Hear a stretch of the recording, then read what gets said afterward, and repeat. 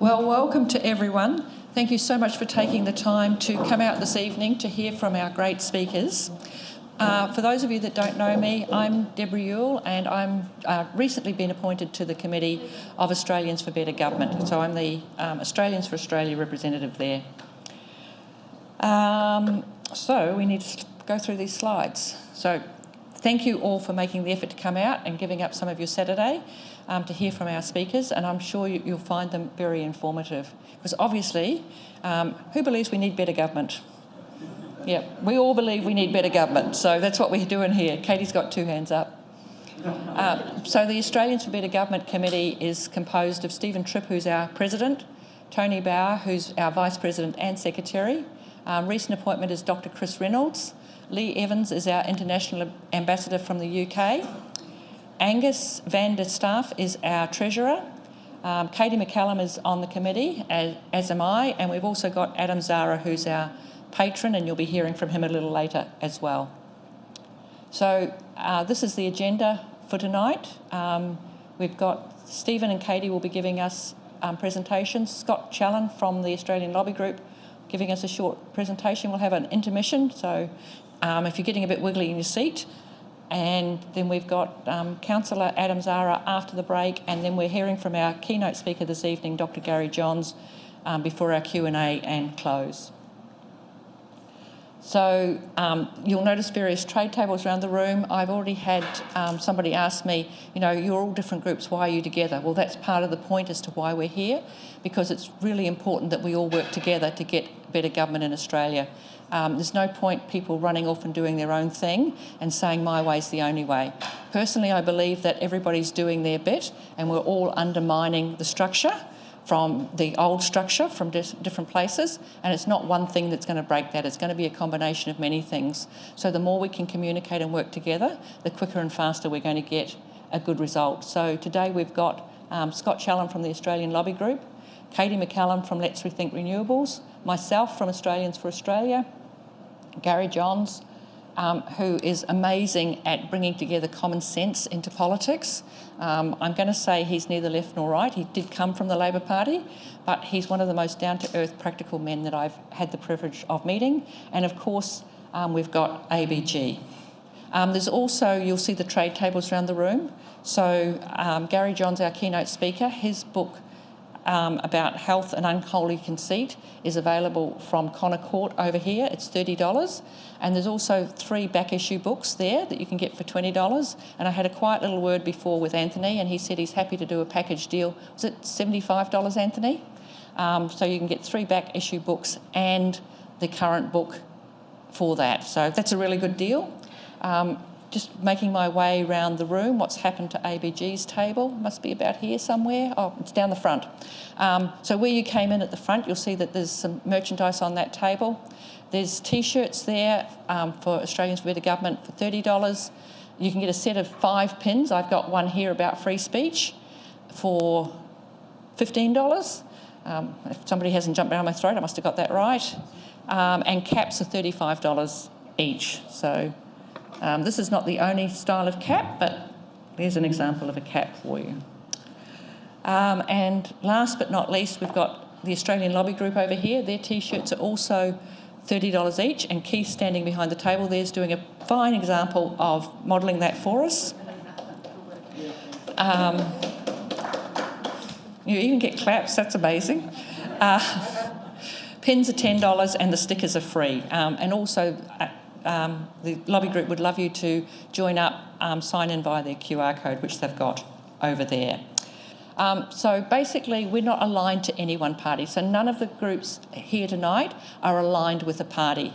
They're all non-partisan, which means that they support good candidates, right? So it's not party-aligned politics.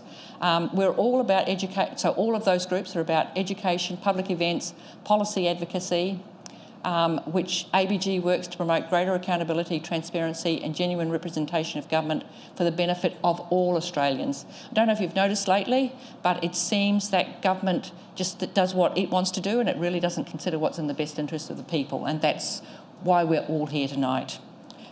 So we are helping to begin the discussion on how we can reform and optimise our system and make change for the better. So I've already stated we're not a political party, right? Nobody here tonight is a political party. We might all belong to different political parties, but we're here to work together. So our mission, we have 6 pillars to our mission. We want to reform the Constitution. We want to make sure there's a true separation of powers, which is not the case at the moment. Educate Australians in civics. There is no teaching in schools to educate people about our political system or our voting system, and people need that desperately. We want to empower voters. One of the examples of that is having the ability to have a citizens to be able to veto or start legislation. We want to make sure our freedoms are enshrined, and we also want to raise up pride in Australia, and part of that is the national anthem, being delighted and thrilled to be Australian people, men and women. So, how your support helps us tonight. So, by coming along tonight, you've helped us financially. We really appreciate that. So, it helps with social media campaigns, helping us to host events and conferences like this, printing flyers and materials so we can get that word out. We've got people here tonight that have come all the way from Sydney to be here especially for this event, and billboards and advertising so that we can get this message out that it is possible to get better government to middle mainstream Australia. So, on with the program. Our first speaker this evening is Stephen Tripp, who is the president of ABG. I first met Stephen when I popped down to Sydney for a climate ridiculousness conference, because I really hate the word climate change. I just can't bring myself to say that. So Stephen's always had a keen interest in politics and current affairs. He was the 2022 federal election candidate for the high-profile seat of Warringah. He's remained politically active. He served on the New South Wales State Executive for One Nation and later as Secretary of the Condamine branch of the Liberal Party. He's currently independent of any party, and I've lost the rest of his introduction, but he's a great guy. He works incredibly hard for ABG. I think he does 20 to 100 times more than I do, and ABG wouldn't be doing this event without Stephen. In fact, it wouldn't be doing anything without Stephen, and I have to give Katy a special mention in there as well. It also wouldn't be doing anything without Katy. So without further ado, please welcome to the stage Stephen Tripp.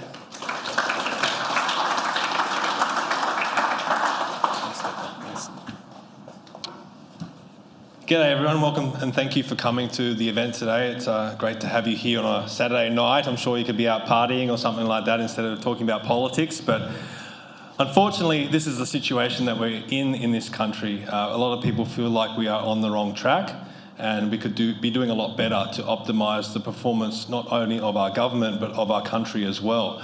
And Australians for Better Government was started in late 2024, early 2025, so we're still in our infancy in a lot of ways.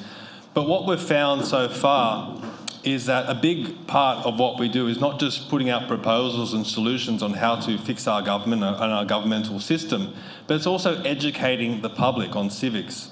So what we find is that when we hold events like this and we start talking about our proposals, there's a lot of blank stares sometimes. People are just trying to catch up on how our system actually operates. And a lot of that comes down to the fact that it's not taught in schools. We don't teach civics in our schools anymore, and that's something that Australians for Better Government wants to address. We do hopefully one day want to roll out a civics education course for everyone, not just children but everyone. But that's why we hold events like this, to start talking about our system of government, and through that discussion hopefully educate people and get them to start thinking about our system of government and whether it's optimal and whether it's performing at an optimal level. Now, we don't focus on the political parties and maybe the personalities. We may mention them from time to time because that's really what cuts through with people. But we don't focus on the symptoms, which we feel are the policies and the personalities. We focus on the structure of our government because we think that's the root cause of some of the things that are really going wrong in this country. So one of the things that we really focus on is the Constitution.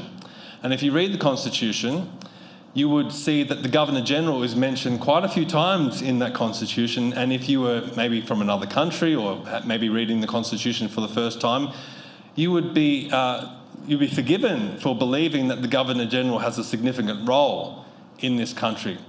Unfortunately, that's not the case. We have a Governor-General that is selected by the government of the day and the Prime Minister, and is basically told what to do and what to say. And that's the situation. Now, that's through convention. And what do we mean by convention? Well, the convention is the Westminster system, which is basically a whole bunch of unwritten rules and laws that have been operational for quite some time, goes all the way back to the UK, but it's not actually specifically stated anywhere, including in our Constitution. So an example of that, and now is, firstly, anyone here read the Australian Constitution? A couple of people? Oh, that's good. I'm glad to see Gary Johnson's got his hand up, that's good. Can anyone tell me how many times is the office of Prime Minister mentioned in the Australian Constitution? 0. That's right, 0. Is anyone shocked by that? Yes? You would think that the highest office in the country would actually be mentioned in the Constitution, maybe even defined in the Constitution, the role of the Prime Minister, how the Prime Minister is held accountable. Things like that should be set in stone. I think that goes a long way to explaining why people are so confused with our system of government, because they're questioning, how does it actually operate? We have all these unwritten rules that don't really make sense to anyone because they're not really explained. We just say, oh, well, it's convention. But it should be in black and white. That's at least the view of Australians for Better Government. If we want a serious country, we should have a serious constitution. So if the Prime Minister is not mentioned in the Australian Constitution, how do we get to a situation where the Prime Minister basically runs his party in the lower house, he tells his party what to do in the Senate, so he controls both houses of Parliament, he selects the Governor-General, so now he also runs the executive branch of government, and a lot of times he's selecting judges and basically running having an influence in all three branches of government. Now, is that optimal? We need to put that question to the Australian people. And what Australians for Better Government is proposing is we're proposing that the Governor-General is not selected by the Prime Minister and the Governor of the day. Instead, the Governor-General is elected by the Australian people to give the Australian people a say. But that also does something else. What it does, it separates the executive branch of government and the legislative branch of government. Can anyone explain the difference between those two? A lot of blank stares, okay? And that's a big problem, right? Because when I talked about there's no civics education in this country, we should all know what that means. So basically, we're told in Australia we have a separation of powers. And the reason why we have a separation of powers is so we don't have dictators and we don't have an authoritarian regime or anything like that. We definitely don't want that. We've seen that in other countries and we've seen that throughout history. And we have a very unique system where we don't have that in this country, and we've basically had a good government up until this point. For the most part, we could be a hell of a lot better. But we are meant to have three branches of government that are meant to be separate and independent from each other. So you're meant to have the legislative branch, which is the Parliament, that's the lower house and the Senate, and that has the power to make laws and change laws. Then you have the executive branch of government, which, if you read the Constitution in Chapter 2, it says that the Governor-General has the power to exercise the role of the executive branch on behalf of the Crown.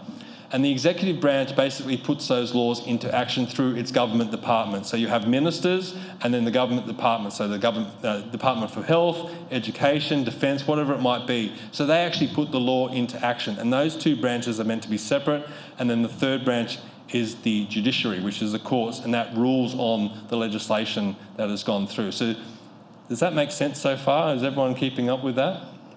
So what ABG is trying to say is that we want a conflict between the branches, not in a hostile way, but to keep each other accountable and to make sure that the best policies are going through for the Australian people. So we want a Prime Minister running the legislative branch of government, and then we want a Governor-General running the executive branch of government. We also want to limit the power of political parties, because if you read the Constitution, you also find that there's no real mention of political parties apart from one section which was an amendment based on casual vacancies for the Senate. So there's nothing that specifies that we need political parties. Now, I think if you walked up to the general person on the street, most people would say, okay, it's probably sensible to have political parties in the lower house because you need a party to form government. But in the Senate, why do we need political parties? The Senate and the upper house, and this includes upper houses of state parliaments, and this was an idea that Councillor Zahra actually put forward, and he's going to elaborate on, hopefully, in his speech a bit later on. If the Senate is meant to be the house of review, then why are they reviewing legislation based on their party allegiances? So you get minor parties in there, and oftentimes in the upper houses you do get a lot of minor parties represented. A good example recently was Senator Ralph Babet. He put forward a bill basically saying that he wanted to push for a referendum for free speech to be enshrined in the Constitution. Now, you would think that most sensible people would say, okay, well, if the Australian people, a sensible person would say, let's put that vote to the Australian people and let the Australian people decide whether they want free speech in the Constitution. And if they say yes, we put it in. If they say no, they don't put it in. Well, that was voted down purely because Ralph Babet was part of the UAP, the United Australia Party. He wasn't part of Labor, he wasn't part of the Liberals, he wasn't part of the club. So they knocked his legislation, and another minor parties as well. They might put forward really great legislation, but oftentimes it gets knocked down because it doesn't fit in with the major parties. So it really begs the question, why are there political parties in the upper houses around the country? So Australians for Better Government says, we want to abolish political parties and political affiliation in the Senate and in the upper houses, so all senators are independent, so it can truly be a house of review. We would also extend that to the Governor-General. So the Governor-General would also not be part of a political party. So you'd only have political parties in the lower house. So hopefully, when legislation is put forward, it's judged on the merits of that legislation and not to political ideology or alliances or whatever it might be. So these are examples of how we optimise our system of government. Another example is Section 64, which is in Chapter 2 of the Constitution, the executive branch. Does anyone tell me what the executive branch does? Is anyone keeping up with what I'm talking about? Still a lot of blank stares. But you can watch this back later. Hopefully you can keep up with me, right? Again, the executive branch of government is your ministers, your departments, and they put the laws into action. Now, there's one line in our Constitution that completely ruins, in my opinion, our system of government, and that's Section 64, the ministers to sit in Parliament line. And what that line of the Constitution states is that all ministers are to be selected from, I would say, the suboptimal lot that sits in the Parliament, the Senate and the House of Representatives. Why do I say suboptimal? Because currently you have a situation where people like Richard Marles is our Defence Minister. If you read his bio, it reads as though he should be the Minister for Unions, not the Minister for Defence, because he spent his whole life in the union movement. And we had the Honourable John Ruddock speak at one of our events. He's a member of the New South Wales Upper House, and he said, Richard Marles probably doesn't even know how to fire a gun, let alone be the Minister for Defence. So why do we have this man heading up one of the most important departments of our country, our Defence Force? And you can look at other departments as well. We have Chris Bowen as Climate Change and Energy Minister.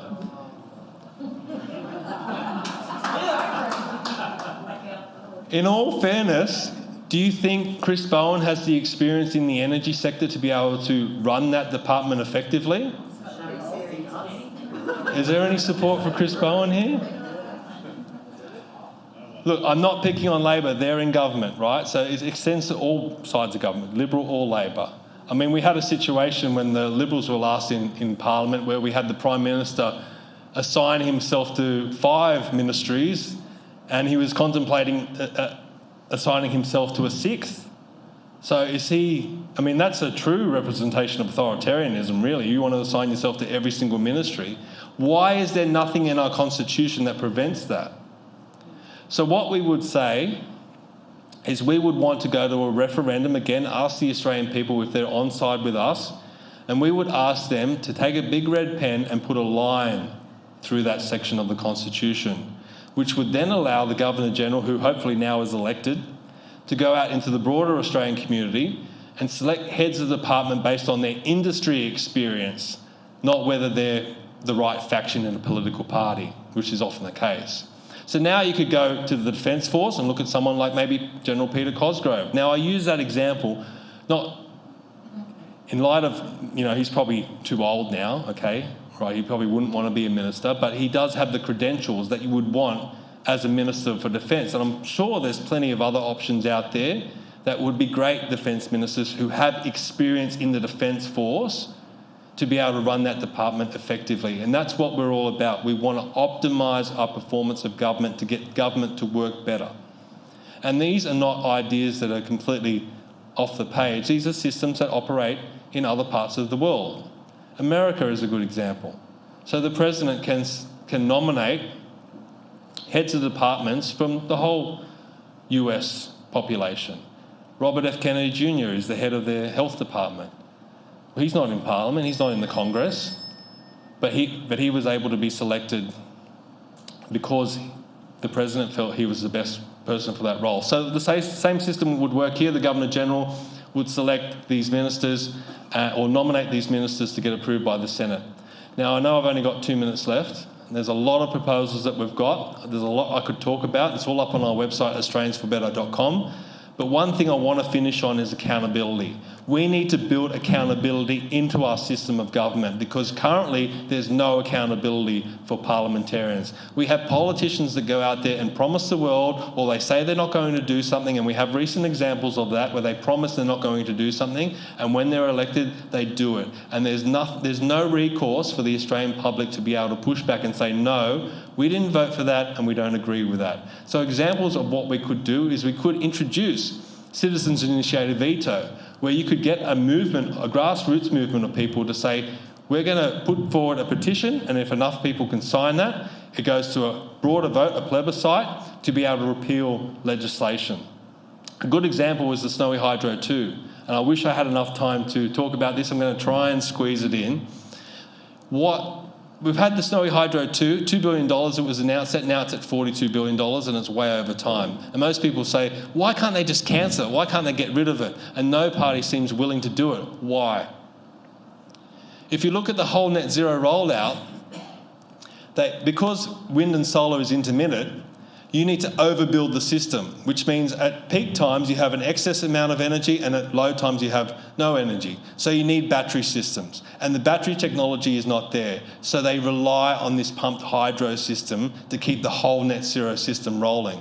So if you look at the numbers, about 50% of that battery storage would have to come from the Snowy Hydro 2. So if you were to cancel the Snowy Hydro 2, the whole net system, the whole net zero system falls over, and you would have to completely scrap it. So it's never going to get scrapped if you leave it up to the politicians. So that's one thing. One thing I do want to finish on, because this is important. We do need to build accountability into our system, and that's recall elections, which do operate in other countries around the world and also states of America. Let's look at other countries and see what works for them and see if we can adopt that to our system. Now, I'm not saying every system is perfect. That's why we called it Australians for Better Government and not Australians for Perfect Government, because you're dealing with human nature and we're never going to get the perfect system. But we need to continually strive to get a better system, and that's what Australians for Better Government is all about. We want to start that conversation, so hopefully a lot of your heads are starting to think about this stuff where you haven't thought about it before. So thank you very much. Thank you, Stephen. Thank you, Stephen. That was very, very educational. Did anybody learn anything? Yeah, quite a few of you in the room. That's awesome, including Katy. That's pretty impressive. Probably already knows most of it. So our next speaker is the very lovely Katy McCallum. She's a committee member. She's a wife, a mum. She runs the Kilkeven General Store and Cafe. She lives at the top of the scenic Black Snake Range, which is just west of Gympie, and most of you here will know where that is. She's had a 16-year career as a general duties police officer. She served the northern regions of Queensland, and I'm not going to say these right, so please forgive me, but Balloola, Domagoj, Mount Isa, Mornington Island, told you I would get it wrong, Cambervale, before moving to Toowoomba and later at Tumergan. Her career has allowed her to be exceptional in problem solving and helping to ensure community safety. So Katy, as you will all know, heads up Let's Rethink Renewables. She does an amazing job at that. I think that everywhere she's spoken, she's just incredible. I actually feel Katy's a wonderful MC, so you've got me instead of Katy tonight. She's an absolutely amazing lady and a real credit to this area. So please help me welcome somebody I'm sure you all know, Katy McCallum. Thank you, Deborah. Thank you so much. I always feel a bit funny when people say nice things about me. I spent so many years being called horrible names as a police officer. I put my hand up to go straight to Mount Isa from the academy, and I had never heard the things I got called when I first arrived there. I didn't know what I'd done to myself, but anyway, thank you very much. Yes, my name is Katy McCallum, and I do live out at Kilkeven, which most people here would know where that is. I am the president of a group called Let's Rethink Renewables, and I wanted to give you a story tonight about how that came about so that you understand what it is and what we stand for, and why I'd like you to leave here tonight and take the message that Let's Rethink Renewables is attempting to get out into the rest of Australia. I want you to take it forth, and I want you to spread it for us, because that is the only way we can win this fight that we're in. So a few years back, the Queensland government-owned corporation Powerlink arrived on our doorstep in Kilkeven. There's a lot of faces I already know here that know about this. We were just living our lives like all of the people in these communities all around Australia are doing. And then one day you wake up to this terribly blunt and brutal letter from a private company or a government-owned corporation telling you that they are coming to take some of your land, whether that will be that they'll compulsorily acquire it or they'll try to buy it off you. And that, this doesn't say it in the letters, of course, but this is what it does, and they're about to divide your community in two. Because there will be half of the community who either want to take the money and run, or think it's a good idea because they've been brainwashed into believing that the planet's about to cook. And then you've got the other half, like me, who saw the letter and said, well, over my dead body, are they going to come in here and destroy this community? And you know how I feel about that, Corinne. You've seen me when I've talked about it. It's not just Kilkeven that is at risk here. It's the entire of the nation. But for us specifically, because most of the faces here I know come from this region, there's a few faces that have come in from outside of Gympie tonight.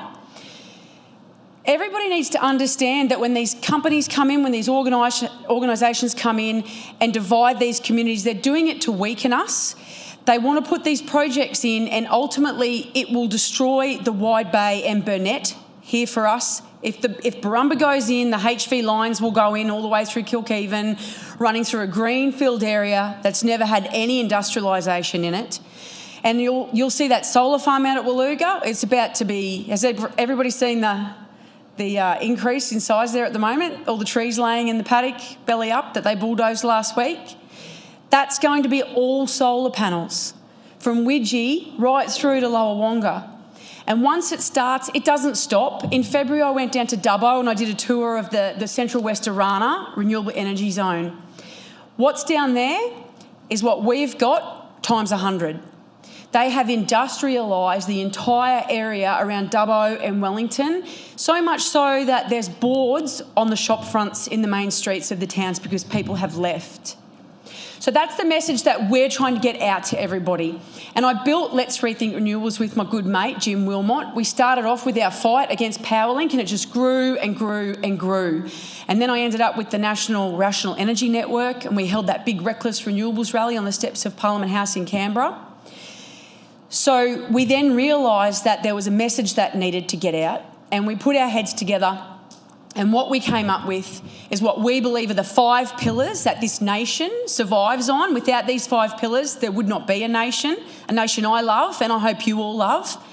And that is our productive farmlands, our rural landscapes, our wildlife habitats, and the 2 most important, our strong communities and our way of life.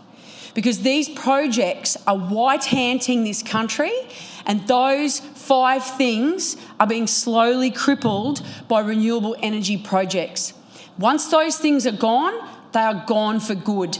They are unrenewable. We can't get them back. So we must protect them at all costs. This is the most amazing nation in the world. If they cripple our energy grid and they destroy our productive farmlands and they divide our communities, which we're seeing, we've got families in communities all around this region who don't talk to their neighbours anymore. We're seeing it out west where the turbines have gone in. Families who used to have cups of tea together on their verandas of their homesteads on the weekends, they don't speak to each other anymore because somebody over here signed up and took a whole heap of money for some turbines and left this person here to clean up the mess, and they've got nowhere to go. So that's why we're saying that we really, these 5 pillars, we really need to get our message out. We need to talk to people like you who are here today, and we need you to spread that message for us, because what we discovered in our fight over the last 5-6 years against this renewable energy BS is that the people in the city, and I don't fault them on this, because if you were born, bred, raised, have never left the city and have never been out of the city, and there's plenty of people like that, you don't understand what our lives are like and how we live. Those people in the city, they don't know about this stuff. And when you try to explain it to them, they glaze over a little bit. So they needed to have a jazzy, palatable, easy to digest campaign that we could put before them so that they understood those 5 things which keep them alive. The farms, the wildlife habitat, the communities, our landscapes. If they're gone, the city doesn't exist either. So we need to bridge the gap between the country and the city, and we're hoping to do it with the message that we have for the people in the city. And that's why we need to get the Let's Rethink Renewables messaging into these places so they can understand what is at risk. But the other thing that we're trying to get everybody to understand is that since probably the late 1970s, this nation has been signed up to multiple United Nations conventions. I'm sure you all know that. I know there's a lot of faces here who understand all that already. Right back when they created the United Nations Framework for Climate Change and had a convention on it, that was in the 70s. Then we went to the Kyoto Protocol, then we went to the Paris Agreement, and everybody knows where that got us to. But what happened by our politicians in the last 30, 40 years signing us up to all these protocols is they have embedded the United Nations woke ideologies about how they want you to live. They've embedded that into every level of how we live.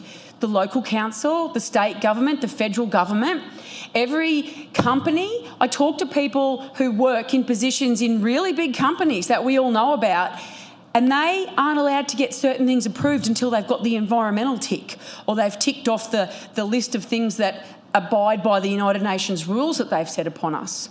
So we need to get out of the net zero emissions targets and requirements that the government's currently placed on it. So we need to get out of the Paris Agreement. And I've had this argument, we can't get out of the Paris Agreement. We signed up to it. Well, bloody well, Donald Trump did it. He's done it twice now. Joe Biden got them back in again, and Donald got in and got them straight out of it. We're our own people. We're our own nation. We're a bloody brilliant nation too, can I just say. I thank God every day that this is where he chose for me to be born. We are the luckiest nation in the world. Why are we handing over our energy security to the United Nations and abiding by their rules? They don't live here. Who lives here? We live here. So what we're going to see, if this continues down the path that it is every single thing in your life, it already is, but it's going to get worse, is being priced, it's being amended, your accessibility to products, it's all being affected by the United Nations ultimately. You follow the money all the way to the top, you'll find that everything in your life, from your cup of coffee in the morning to the products you buy at the grocery store, your car, your fuel, what your kids are being taught at school, the climate agenda and everything that the United Nations is shoving down our throats is affecting your dollar in your hip pocket. So I've got a mate, he's still in the coppers. So here in Queensland, if you work for certain groups like the police or government departments, ambulance, you can access salary sacrificing on your vehicles through a company called RemServe. I'm sure a lot of you have heard about that. So he went to get a new car, and when we talk about manipulating markets because of the United Nations, this is what I'm talking about. So he goes to RemServe, he gets a quote, and the quote for just the old stock standard little Toyota Corolla that runs on unleaded fuel was so out of touch because the subsidies on the new EV were so great, and they gave him a cashback deal at the start and at the end of his contract that he bought his wife a new EV. So it goes further than that, because who's seen the EVs on the road in Gympie lately? There is that many. I nearly got hit by a Tesla here today. He was angry that I was in a diesel-powered Ford Ranger, I guess, but anyway. At least I'm not chewing up the road like he is with his 600 kilos of battery. The EVs. I was talking to a car dealership owner the other day, and this is where you're finding that our cost of living is increasing. So the particular 4 companies that his dealership has, they have all told their dealerships that they must install EV charge points in their workshops for their brand. You can't just have one generic one, their brand. You've also got to have hoists and lifts, because these cars have to be lifted off the ground in a different way than a normal car because the batteries are welded into the chassis. So he wants to follow the rules so that he can keep the dealership running. He's got dealerships all over Australia. He employs several hundred people. But he can't put the EV charge points into his dealership because there's not enough amperage in the network for him to power them. And when he turns one charger on, every hoist in his workshop goes out. And it's a big dealership. So he's arguing with bureaucrats right now on how we're going to fix that. My point being to you, Butt, is that we all sit at home every day and we think that we've handed the job in the bureaucracy and the government to people who are competent and who care about us. And I was just reading a couple of new notes I saw on the climate change website before, where they say that the introduction of emissions targets and net zero by 2050, what it's going to do is it's going to make Australians' lives better. So it's going to make your life better, in case you didn't know. Yeah, way better. And it's going to decrease the cost of conducting business in Australia. I own a business. My costs are going through the roof. It's out of control, in fact. So the bloke that's in charge of that department, we heard Stephen talk about before. I call him the jockey. That's my key word for him now when I speak about him. His name's Chris Bowen. And I've said this 1,000 times to people. He's in charge of that department, and that department is facilitating the rollout of all of these rules that cause people like our car dealership owner over here to have to spend all this extra money, and he still can't make the requirements work that he's been told he has to do. And he's doing that because ultimately Chris Bowen over here, the jockey who can't ride the horse that he's been given to ride, he can't even get in the saddle, that bloke is making decisions because these guys up here, the United Nations, are pulling on the puppet strings that are attached to his back. And we're the fodder. We are just the fodder. We are the people at the end of the food chain who have to pick up the cost of all this. And when you can't pick the cost of it up, guess what happens? You just don't get a new car because the new vehicle emissions targets are so big that tradies can't afford to buy a new Ford Ranger anymore. So we're the people who are going to pay the price of all this. Every single supplier that I deal with in my tiny little shop has carbon certification details written on the bottoms of the paperwork that we've got. My brother owns a really big civil construction company. He is so worried about how he's going to maintain all of the requirements being placed on him moving into the future because of all of the federal EPBC laws that are being placed on the industry that he's in. So what happens when all of these shops in Kilkeven, if I shut my doors and walk away because these rules that have been forced on me by the local council, the state government and the federal government because of the United Nations, what happens when I shut my doors and walk away? There's 5 ladies with jobs in Kilkeven because I have a tiny shop and we make really good hamburgers and good coffee. We actually do, seriously. So people come from everywhere for it. So that's the white-handing of our community. I guess what I'm trying to do is I'm trying to draw a big picture here so that you can see the whole holistic view of this. What I believe that the fundamental department that we've got down there in Canberra, that the jockey's in charge of, that department controls everything in your life. absolutely everything. And if the costs continue to increase and the impediment of the government on small business, medium business, big business increases, we're going to see businesses close. And when they close, communities like Kilkeven, Gameri, Imbil, where we were today, those are the communities who are currently being white-anted. And we all know what white ants do. They climb up through your house frame, and then one day you wonder why the roof's starting to curve in, and then you find out that your house is destroyed. We need to protect our house. The house is called Australia. Australia is under threat because of United Nations protocols telling us that we must get our electricity from solar panels, wind turbines and pumped hydro projects. Has anybody been to Imbil and seen what they've really proposed out there? It's disgusting.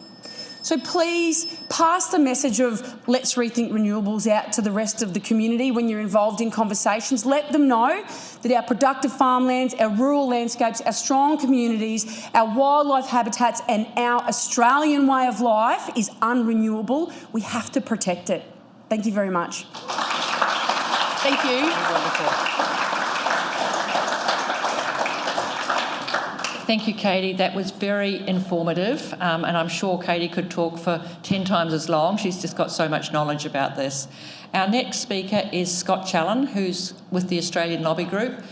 Scott really started to rise to prominence when he was leading the marches in Brisbane, Australia marches against mass immigration. Scott's also a tradie, so he's very down to earth. He's really a great person to be leading the Australian Lobby Group. The Australian Lobby Group has also, and he'll probably talk about this, has also put a employee down in Canberra to, basically he's got two mandates.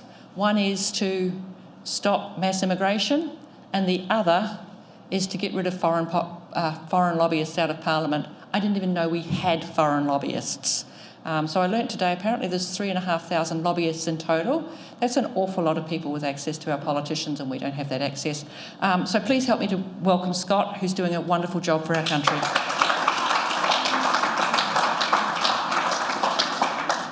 Well, thanks very much, guys. I've got to say, looking at the speaker lineup tonight, I feel very underqualified to be here. But and following up from Katy as well, who's such an excellent orator. Her story about renewables really resonated with me recently. I just got back from Europe a couple of weeks ago and drove 2,500 kilometres through Europe on a big trip with my wife, and almost every single kilometre of road I drive through in Europe is surrounded by wind farms. Almost every single one of them. There are wind farms as far as the eye can see, and as Katy so eloquently put it last weekend in Bundaberg, it's like being in the War of the Worlds. You're surrounded by these huge, giant pieces of machinery that are generating electricity, and when I was driving through France, for a country that has 53 nuclear power plants. So none of it makes sense, really.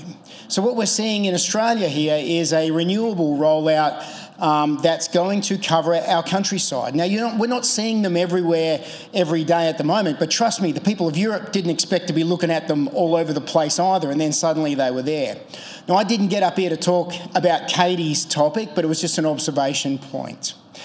Listen, Stephen Tripp, who I hadn't heard speak before, fantastic points about citizens-initiated referendum, taking power back, really looking and reframing what the Constitution is. And I guess what we've done with the Australian Lobby Group is look at this from the perspective of if you were an organisation that wanted to cover Australia in Chinese-made renewable technology, that has to be pushed by someone into Parliament and into politics, especially to get politicians to resonate with that. Because as Australians, we think that we vote and we're part of the democratic process, but voting is the least amount you can do when it comes to being involved in how your country is being run. It's literally the smallest thing you can do. It's important, but the reality is this is much more important than just voting. And the reason those politicians have gotten away with listening to those lobbyists tell them that green energy is the best option for Australia and covering our beautiful countryside with these monstrosities is the future, is because lobbyists were in their ear.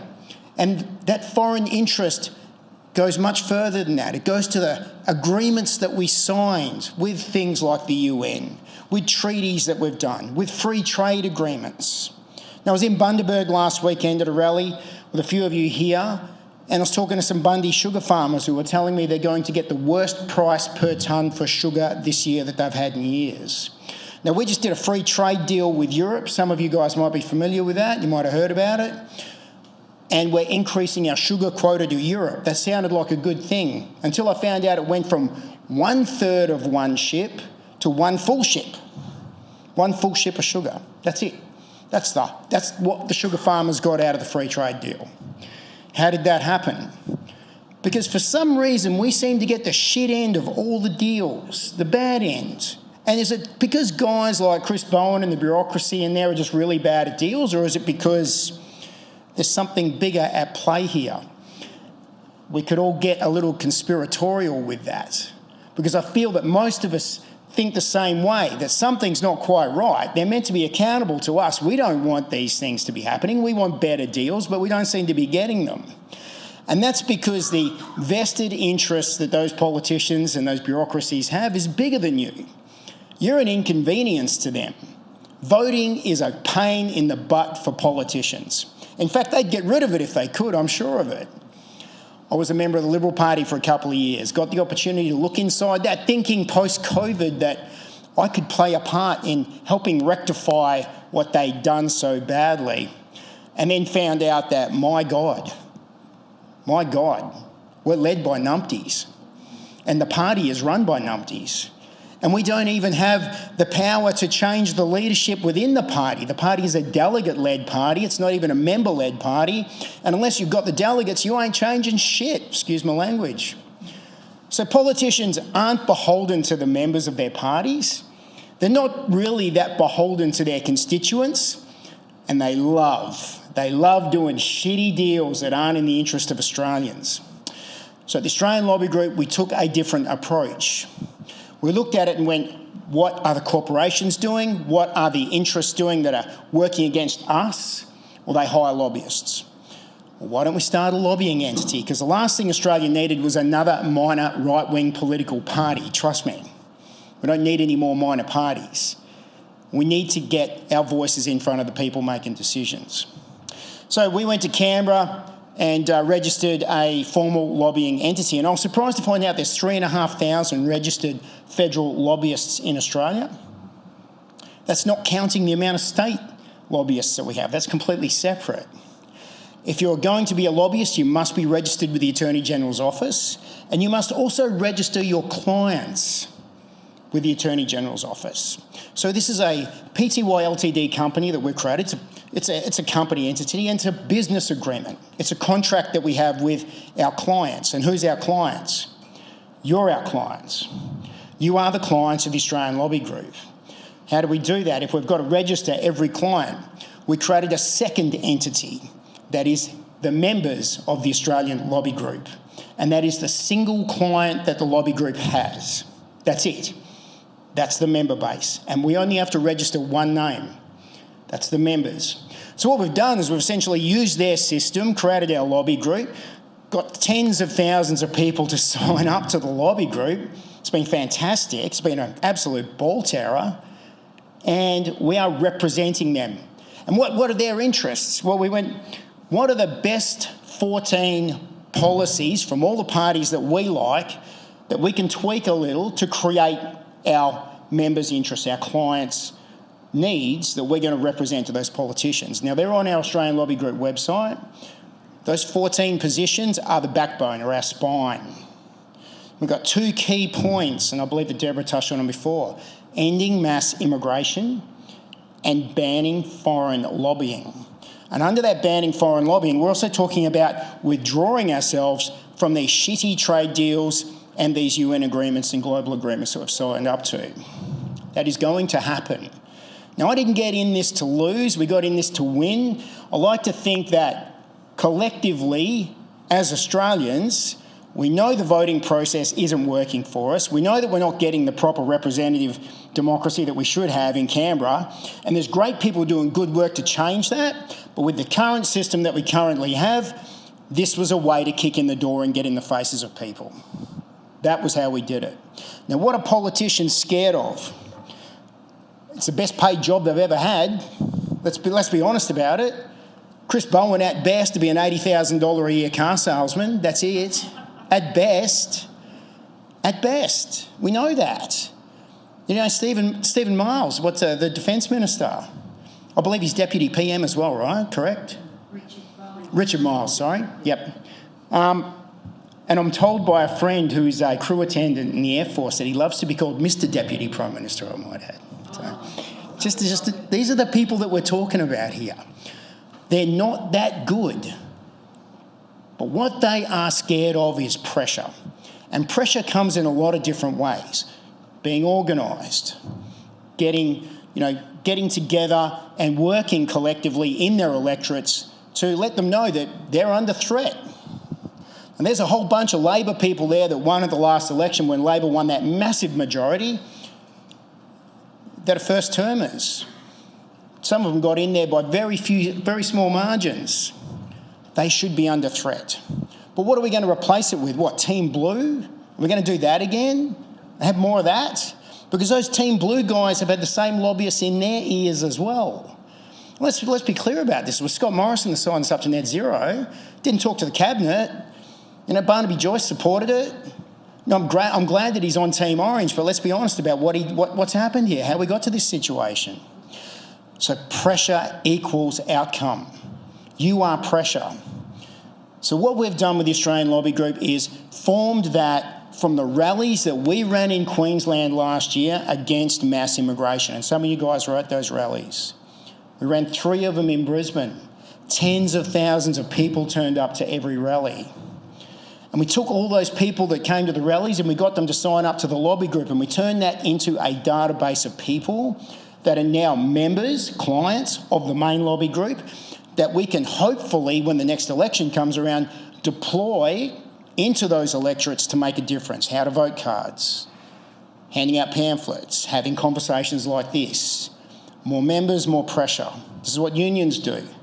This is what all organisations do that want to wield influence. It's about numbers.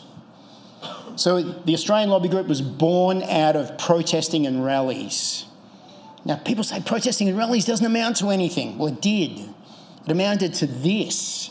And this organisation that's had multiple meetings in Canberra with federal politicians, some good, some bad.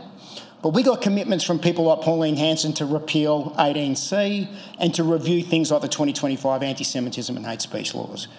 Things that impinge on your free speech and will potentially put you in the crosshairs of being a target by a government that wants to wreck you and shut you up. And it's accelerating now. It's getting harder and faster. There's a reason for that, because they know they're losing control. If an election was called today, I'd be reasonably confident that an Elbow might lose or just hang on. And there'd be a whole bunch of orange people in there. And a whole bunch of people that we would hopefully trust to help push and change the way things currently are. And that's why you guys are here tonight. So I'm encouraging you to join the lobby group. Scan the QR code. Just put your details in there. Let us stay in touch with you and keep you activated. We put a full-time lobbyist down in Canberra. His name's Lachlan Lade. Some of you guys might have heard of him. He's from Proserpine, good country fella. He's run for the Libertarians before. Very experienced young guy, intelligent, smart. We would love to see him become a political candidate at the next election and get him elected. That's wielding power.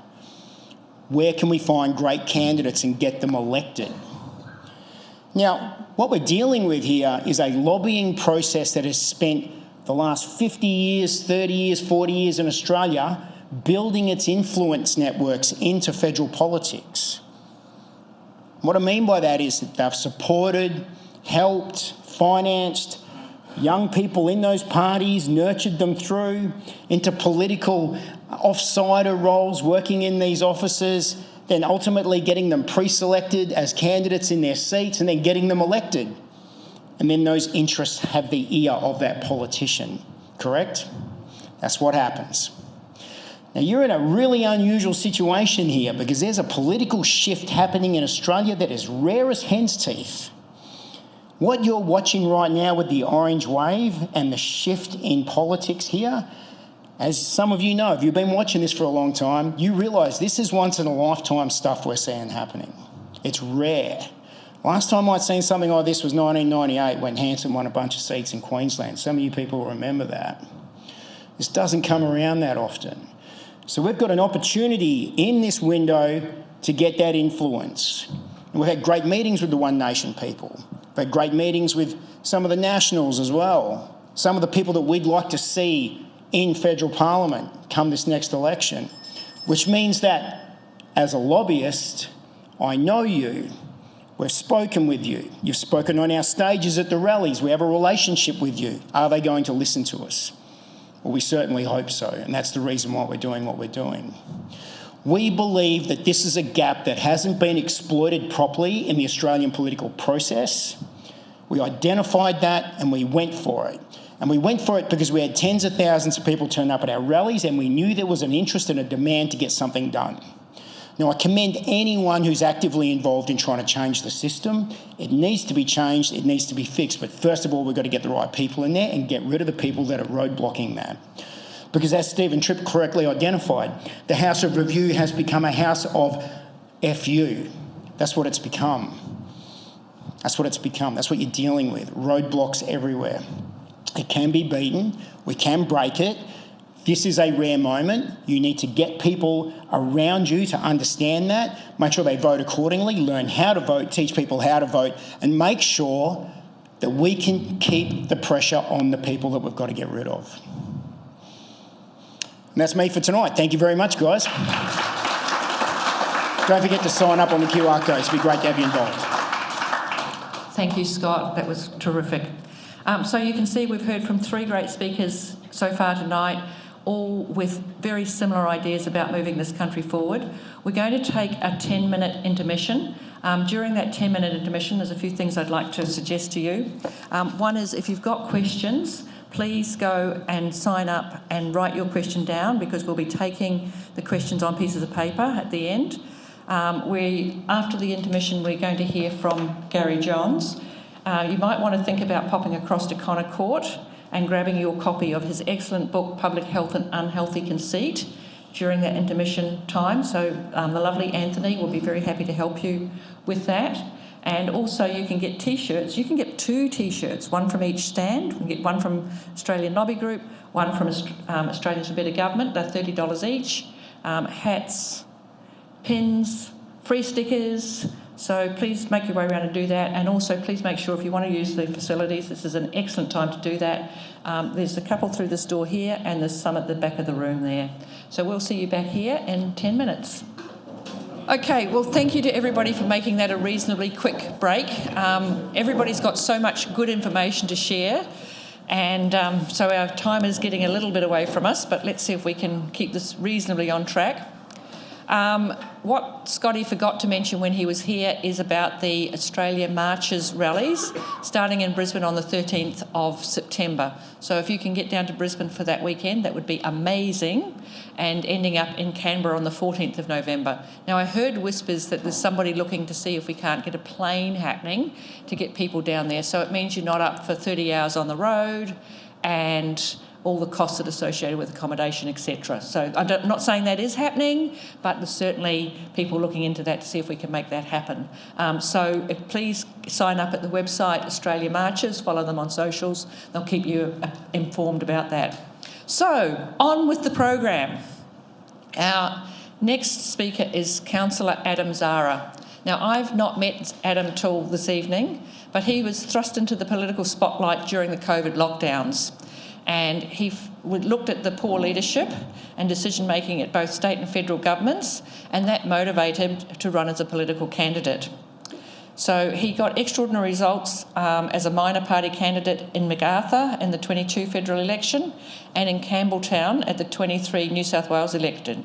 He was subsequently elected to the Campbelltown City Council as an independent in 2024, which is a pretty good effort. So, you know what, we are winning. We are getting some small wins, and we need to celebrate all those along the way. So Adam believes that Australia needs a political solid structure and strong leadership. And I think we can all agree that currently we don't have a solid political structure or strong leadership, certainly not one that's working for the people. So please help me to welcome Councillor Adam Zahra.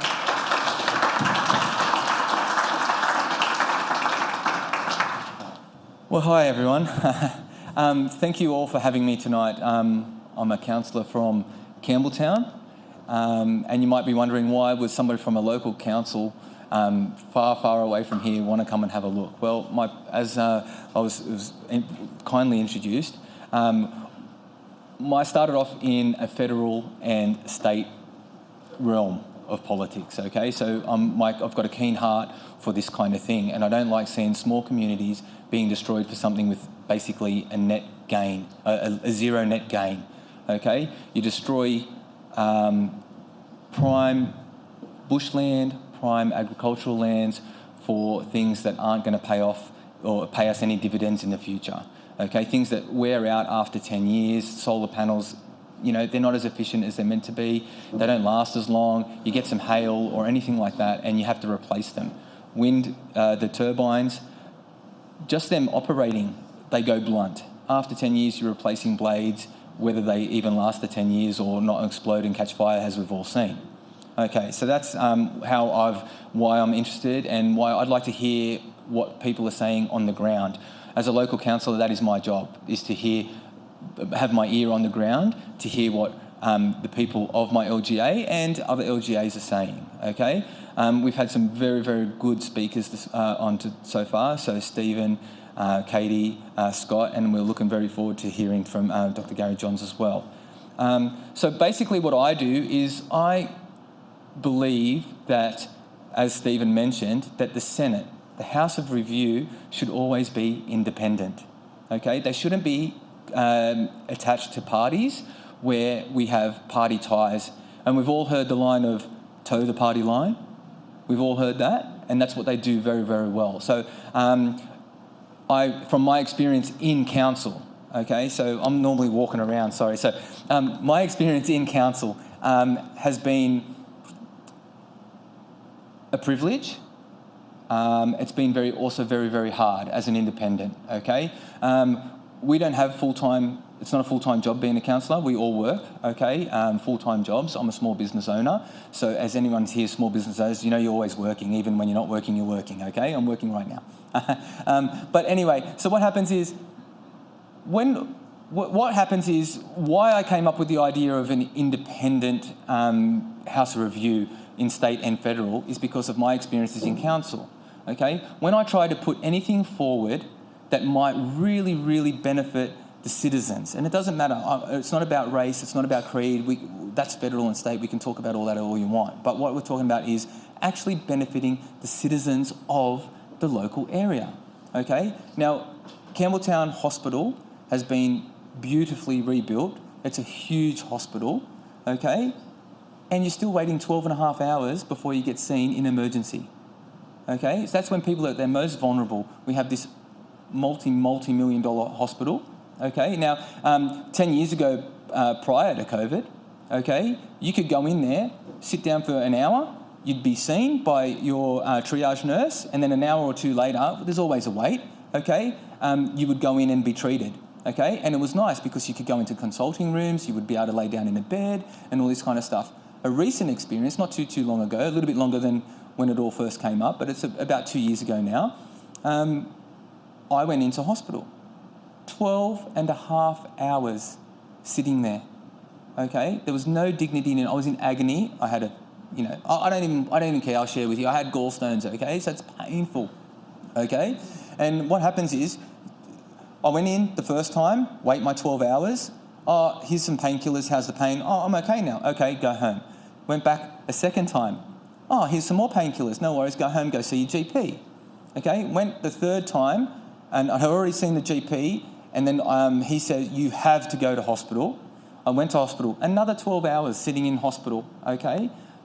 Now I had to do a sample, okay? And you think, oh, it's a sample, you'd be able to go to a private toilet and all that stuff. No, so it's flat out in there. The toilets are still messy. I'm there trying to do the sample that needs to be done, okay? And I'm sitting down still for another 2 hours in the hospital, okay, holding my sample. The doctor comes to me and then goes, "Can I please have your sample?" So I'm in the waiting room with other patients around me, handing off a sample in a multi-million state-of-the-art hospital that has just been built. I think that's pretty disgusting. Now, that leads me back to my point of independence, and I think local councils should be independent. And I know that you guys, it's actually inspiring that you guys have independent local councillors. Well, not all over the state, not all over the country that happens, okay? So I then put in a report, did some research and saw how Campbelltown Hospital's performance has gone right down. I mean, we lost 50% of our performance of our baselines. We're down to 24% from 74%. That's a lot. That's a big drop, as I saw.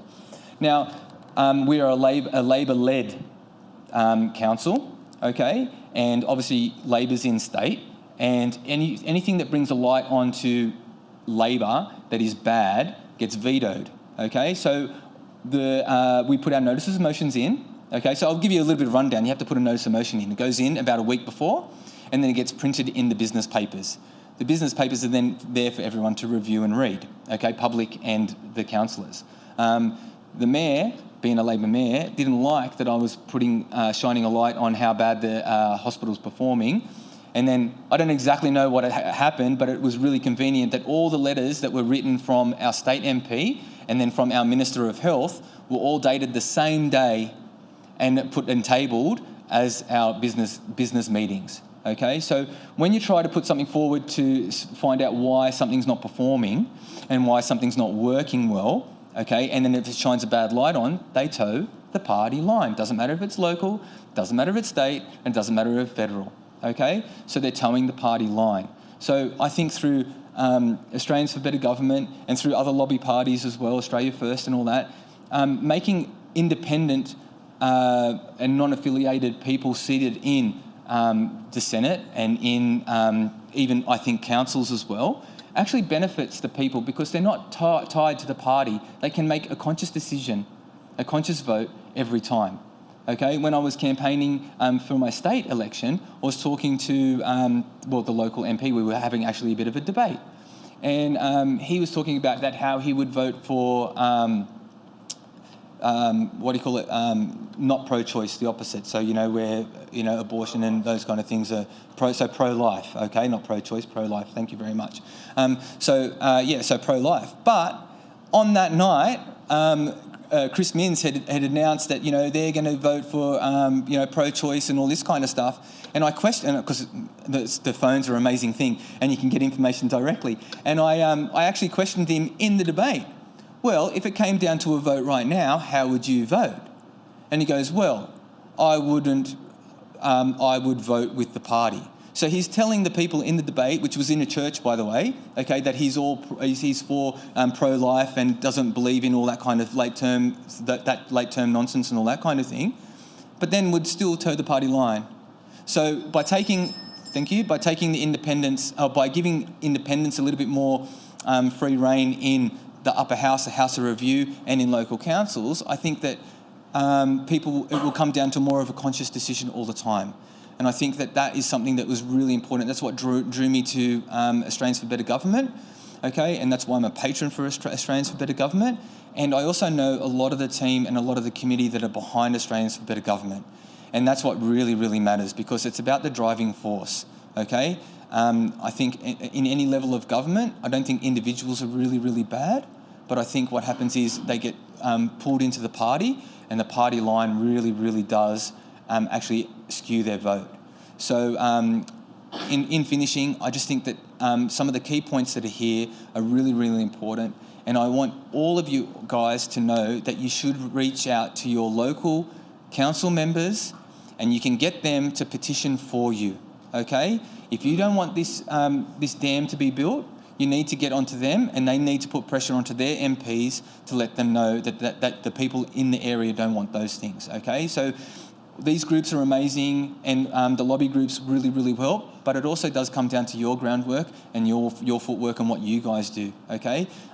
Partitions in council don't really work because it's registered as one vote or one partition or one person saying something, whereas if you form a group and then everyone writes in individual messages or rejections or disputes or whatever it could be, that certainly carries much more weight. Okay, well, thank you for your time, and I hope I was able to help you with, any information.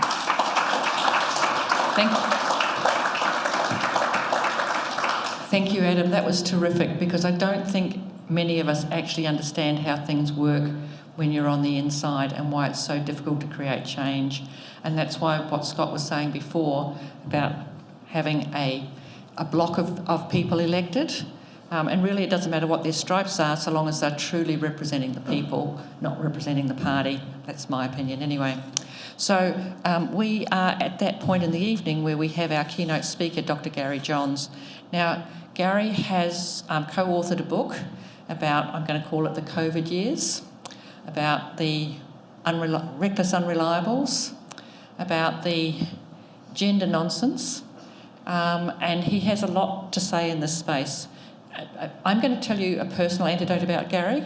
So he was this kind of untouchable person so far as I was concerned, and I was in Albury-Wodonga at a conference, and I was really wanting to get to meet somebody from Advance, and this was after the referendum and the no vote. And Gary was on his own at one end of the room at a table, and I made my way over there, introduced and I'm nobody, right? I'm just this random woman from somewhere.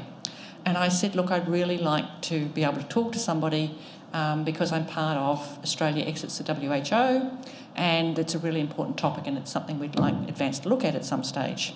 Now, Gary was kind enough to get me a personal introduction. And I'm just going to say that's the character of this man. He is solution-orientated. He has got common sense. He's looking at problems logically as to how can we fix this.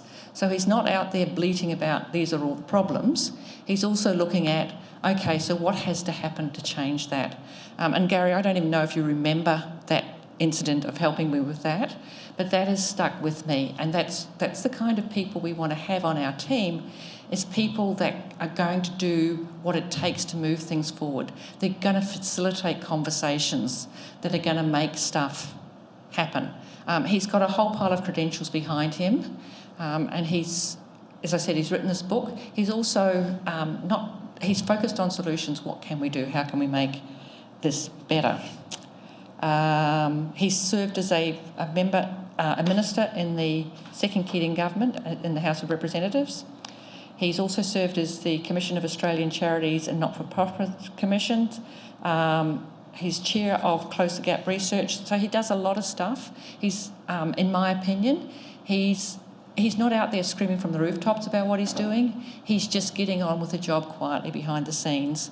I know we're going to learn a lot from him tonight. He's going to give us a lot of value. So please help me to welcome Dr. Gary Johns.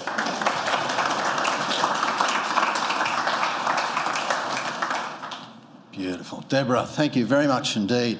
It worries me that I was sitting at the end of a table all by myself when you go, but I was at it. Thank you indeed. Now, public health is a very particular thing.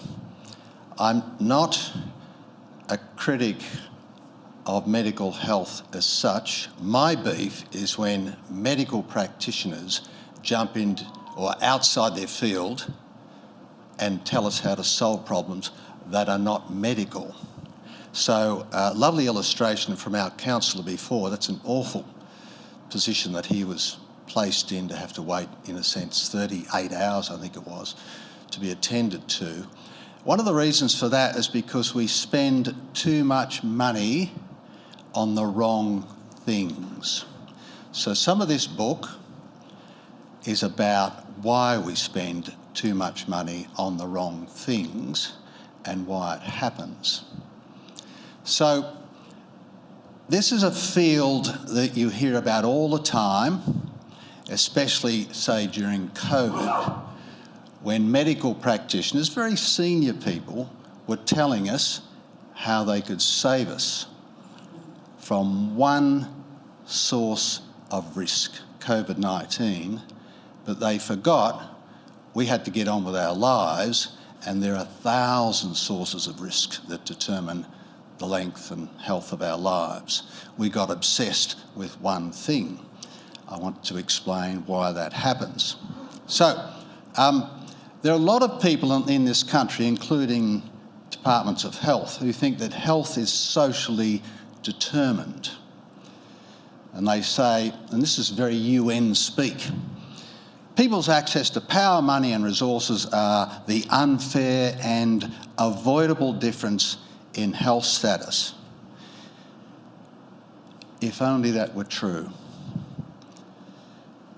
And they say no stone is left unturned to help even those who did not ask for it.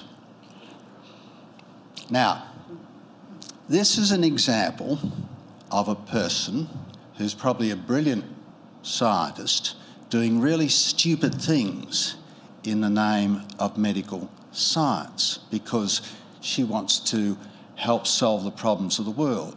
So she defines a lot of things as public health when they're not. So Dr. Monique Ryan is a federal Teal member, an independent, down in Kooyong in Melbourne. She was a paediatric neurologist. This is what's on her website. Heat waves are Australia's most deadly climate hazard, responsible for more deaths than extreme floods, storms and bushfires combined, but they remain a silent killer. It's time for Australia to name heat waves, give a heat wave a name and protect vulnerable people, and she runs that. That is stupid. That is a stupid thing to do. But she's a paediatric neurologist. What a waste of a good brain that you would do this sort of stuff. She's the woman you might recall in Parliament when they were all behind their masks, berating everyone else. Put your masks on. She wanted to control everyone. And those chief medical health officers who ran this country for a good 2 years, along with some foolish premiers and a misguided Prime Minister, were just demonic about one particular source of fear among all of the rest that we still had to live with every day. So, in the book, what we're trying to explain is the many ways in which medically qualified people are telling us how to run our lives when most of the determinants of how we run our lives are not medical. But for a politician and an ex-politician, it's very difficult to overturn the person in the white coat. If they give you advice, especially if they stand in front of a camera, it's very hard for a politician to say, that's not right. Because that white coat and that stethoscope carries a lot of weight. So my object, and we've written at some length about this, is to say you're allowed to question them. You don't have to question them on the science. I'm not a scientist, but by God, you can question them on the use of their medical qualifications for essentially non-medical issues. So, a lot of examples. If you look in the Commonwealth Department of Health's website, it'll have this big thing about the determinants of health. And what they'll tend to say is the poor have poorer health. That's generally true. But the implication is, why don't we make everyone not poor? That's a revolution. You are talking revolution in order to solve some of the health problems of the poor. And I say some of the health problems because most health problems are determined by our DNA. It's your mum and dad's fault. But on a big chart, honestly as big as this, with all the social determinants of health and power and inequality and injustice and all that sort of stuff, is one tiny little line that says genes. So our genes are they are overwhelmingly the most important thing that determines our health. So the space for intervention in keeping us healthy is really quite narrow. It's not to say we shouldn't help people where we can, but we have oversold the notion that we can make everyone equally healthy. That's just a nonsense. But it's a nonsense that's used by some people to grab a lot of power. And that's what happened during COVID. And we give other examples. This is enormous emphasis that healthcare costs will fall if we change our lifestyle. So, for instance, in tobacco, once it was proved that smoking tobacco could cause cancer, governments thought that they should ban tobacco products, and in lieu of banning it, they'd price it out. And then the politicians, who are always hungry for revenue, really started to price it out. So if you look at a graph of the decline in the number of people who smoke in the last 30 years, much of the decline occurred through just education. Everyone got the idea that this is pretty risky behaviour, especially as you got a little bit older. And the politicians got in on it and started to tax tobacco very, very, very heavily. Now, I shop at the local Coles, and I see the poor buggers who buy cigarettes when I go in there, and they're paying something like $60 a pack of cigarettes. They're the last 10% who smoke, and they can't afford $60 a pack, and I think that's just cruel. That's government trying to screw money out of those who can least afford it with no payoff. Those people are hooked, they will smoke. So what did we do when we overtaxed tobacco to Billio? We created a black market. So the revenue to the Commonwealth has gone way down, and all the money that used to be paid for in legal tobacco is now paid for in illegal tobacco, and crooks are getting the revenue. So it's just this, and there are 20 professors in Australia of public health who want zero tobacco. Not happy with 10, 12% of smokers, they want zero. I don't know what you'd get if they have succeeded. You wouldn't get a black market. I mean, you would get just mayhem out there if people couldn't access tobacco. So it's the overreach and it's the misuse of science. There's some wonderful work done by a number of economists who looked at the COVID response right around the world. And in Australia and in Canada, probably the best statistics have said that the cost to Australians of the COVID response, you know, the business of locking us up and masking us and all the rest of it, was 68 times the benefits. And the benefits were a very small reduction, maybe, in the number of deaths from very elderly people who, with great respect to us all, we're going to die in the next year or two, or probably in the next flu season. So the benefits were very minor. The costs in the interruption to our entire economy, society, kids going to school, people not being able to visit elderly parents, we don't relive all that. 68 times. How we came to make such a bad response has a lot to do with public health officials. Now, I've spoken to a number of medical people recently. They say, look, it was the politicians telling us. And that may be true in some instances, but the politicians do have an ear to the men and women in white coats, believe me. And if they're being told that this is the greatest drama that's ever befallen the world, then they tend to react. And if they're told they have to lock down and that lives will be saved because of it, and then newspaper editors make that the front page, the politicians will tend to say, well, we better lock down. Foolishly, we voted for many of those politicians, but that's another story. Another way in which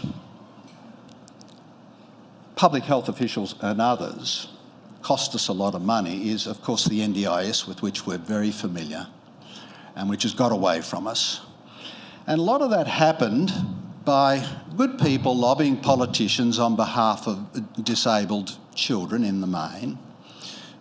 They wanted them better looked after, better cared for. We all understand and applaud that.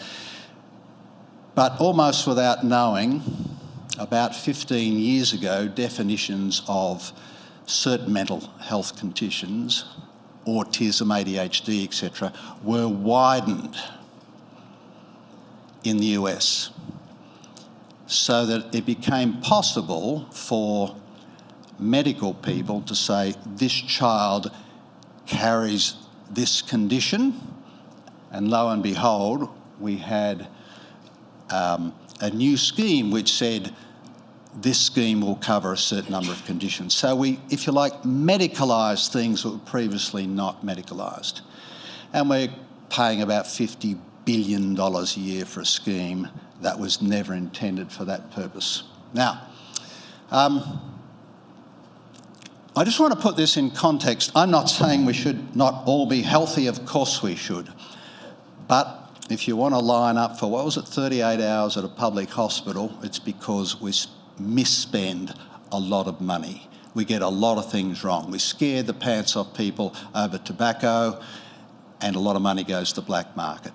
We scared everyone over COVID, and we spent 68 times, in a sense, what we should have spent on the proper response to COVID. And the other thing is too that we have to be more modest about how we can intervene to help our health, because most of it, as I say, is genetically determined. And the other thing too is that we are wealthier and we do go to the doctor more often.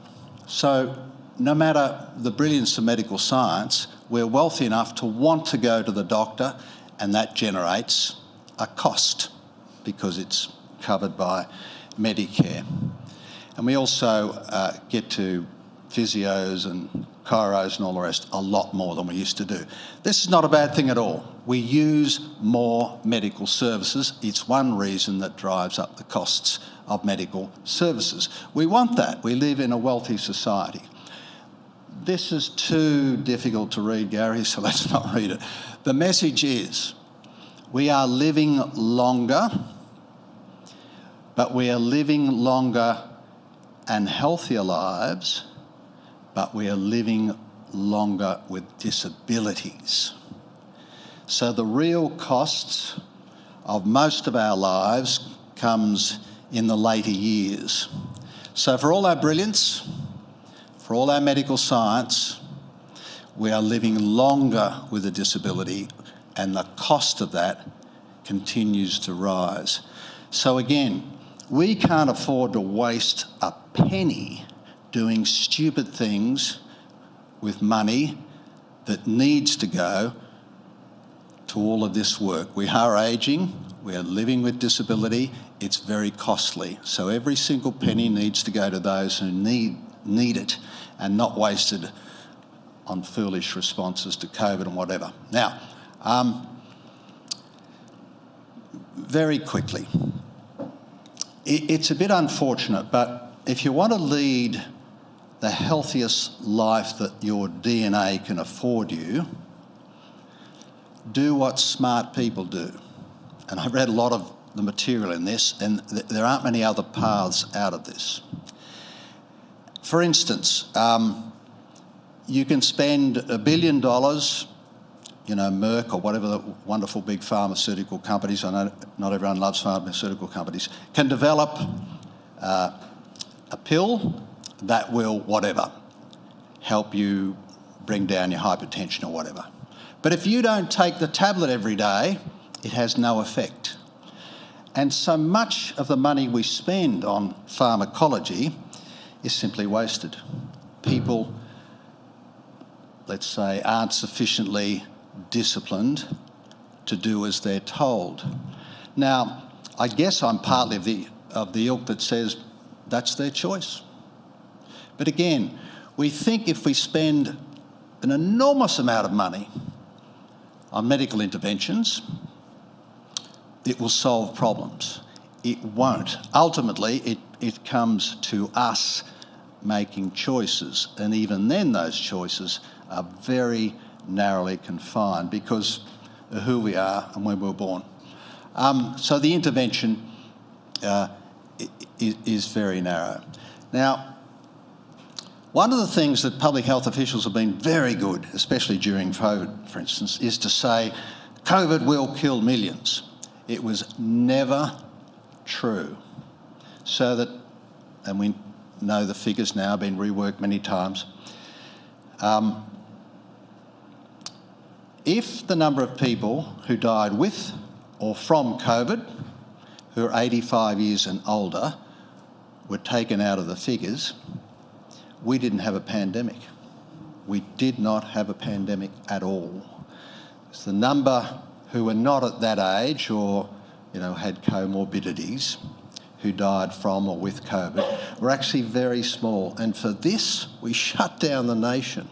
It was a form of madness and really bad analysis. In fact, we know the fellow who runs Sky News, now News 24, and he told us that during COVID, he made a lot of money because everyone was locked up at home and he was running a 24-hour channel with everyone locked up at home worried about COVID. He wasn't apologising, he wasn't bragging, he said that's the way it was. He had a captive audience, literally, scaring them. A lot of detail here, which you'll find a lot of good case studies in the book, but just very briefly. It's always argued that if we could save people from smoking, it would save on health costs. It doesn't. What it tends to do, it's good to stop smoking, believe me. But the things that are going to take us out later in life are still probably going to happen, unrelated to smoking. And if you stop smoking, you stop paying the taxes on smoking. And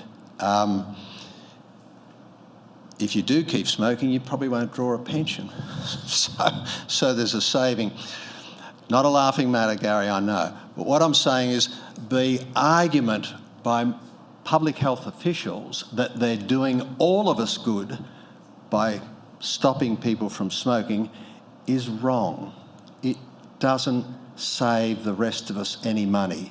I'm not saying it's not a good thing for the person, but the social argument, the public health argument, is just wrong.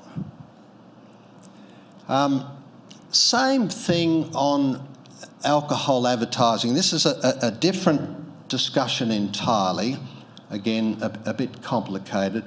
But it's basically saying, and you'll read this every other day in The Australian, which is the only paper I read, and I love The Australian, but there's always a medical section.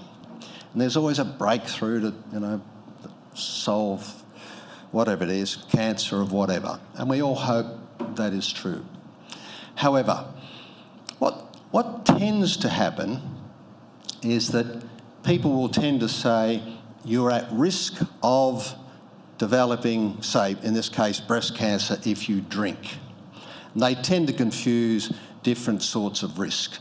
Without going into it, again, they overstate the number of people, women in this case, who are actually at risk from excess drinking. And the numbers, you'll see a headline number of 10% of women, would be better off if they stopped drinking. But the real number's down here. A tiny, tiny number would change the way they drink as a consequence, and of those who might have been affected with cancer might be saved. So a lot of headlines in articles that are written about public health are just way overblown, with one intention: to have more intervention in health. So this is the really interesting part, because Deborah mentioned, I like to get on to, what are the solutions? Is that there's a case recently of a doctor in Victoria who was, he lost his licence as a GP because he was making various comments, a bit over the top in many ways, on Facebook, I think it was. He was a very religious man, anti-abortion, he didn't like the response to COVID and so on and so forth. None of that had to do with his relationship between he as a doctor and his patients. But the medical board rubbed him out. 7 years, I think it's been going on for 7 years now, and he still hasn't got his practicing certificate back. It's too late, really, now, because he's gone off.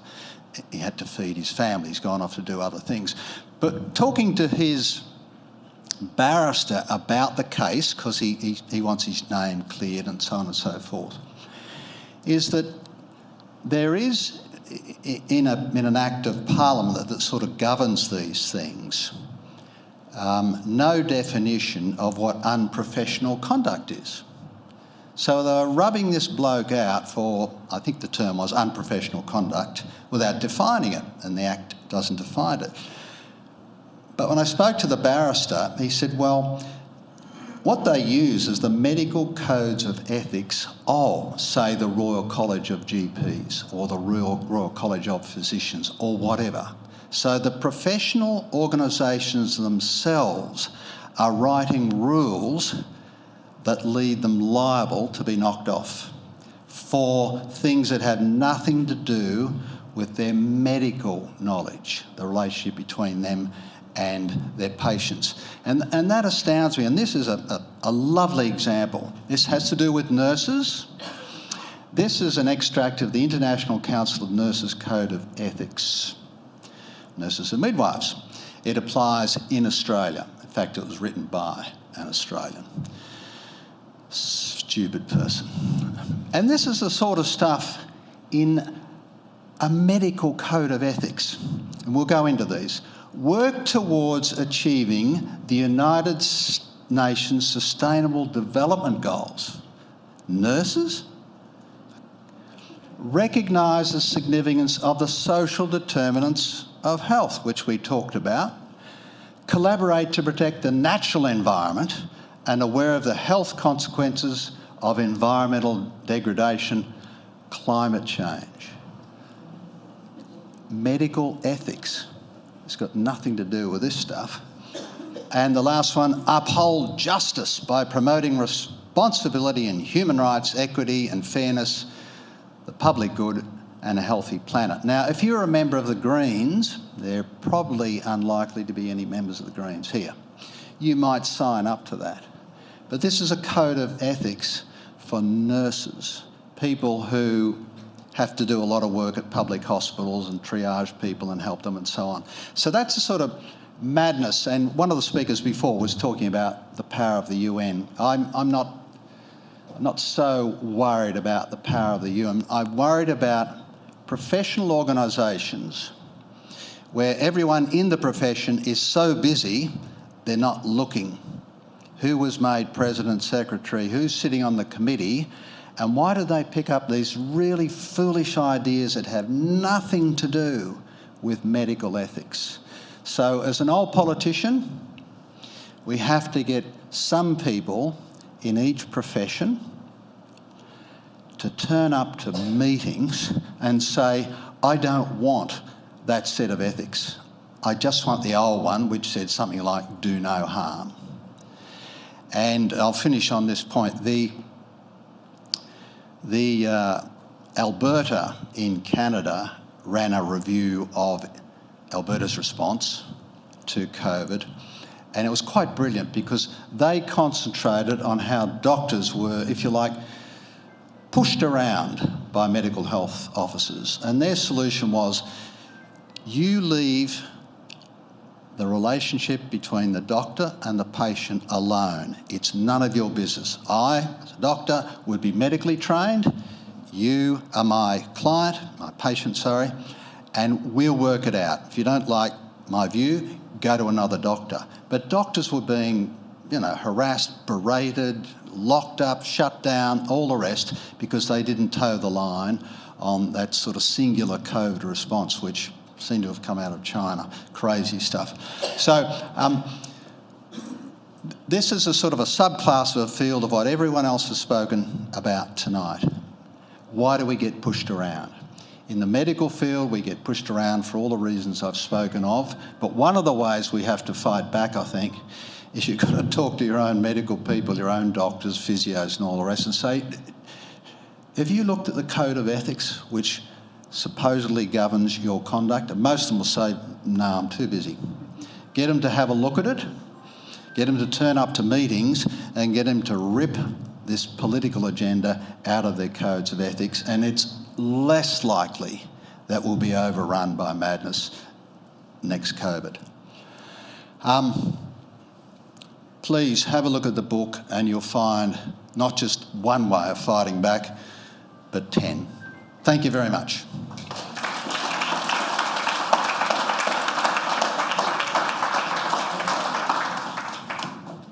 Thank you, Dr. Johns.